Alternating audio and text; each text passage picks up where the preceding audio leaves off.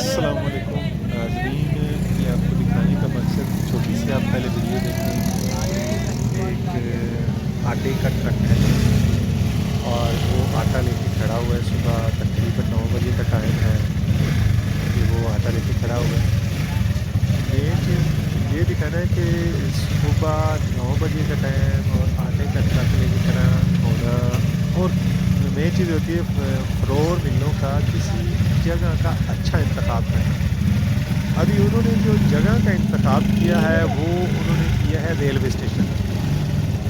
Railway station में भी नाज़रीन आप ये देखें कि ये लाहौर का रेलवे स्टेशन है, उसका ये फ्रंट है जिधर ये जंगला और पार्क बना हुआ है उस जगह पे। और दूसरी साइड पे आप देख लें कि उसके रोड पे ये ट्रक खड़ा हुआ है। कोई रश नहीं, कोई लोग नहीं है। अभी उन्होंने अपनी फॉर्मेलिटी पूरी कर लेनी है कि हाँ जी हम आटा लेके गए हैं, हमारे इतने बंदे थे, इतने बंदे थे। भाई आप इसको पब्लिक उस प्लेस पे ले जाएं जहाँ मोहल्ले में लोगों के घर होते हैं, जहाँ वो घरों में रहते हैं। अभी रेलवे स्टेशन पे लोग आते हैं जाते हैं, कौन आटा खरीदेगा? अब ये करने वाली बात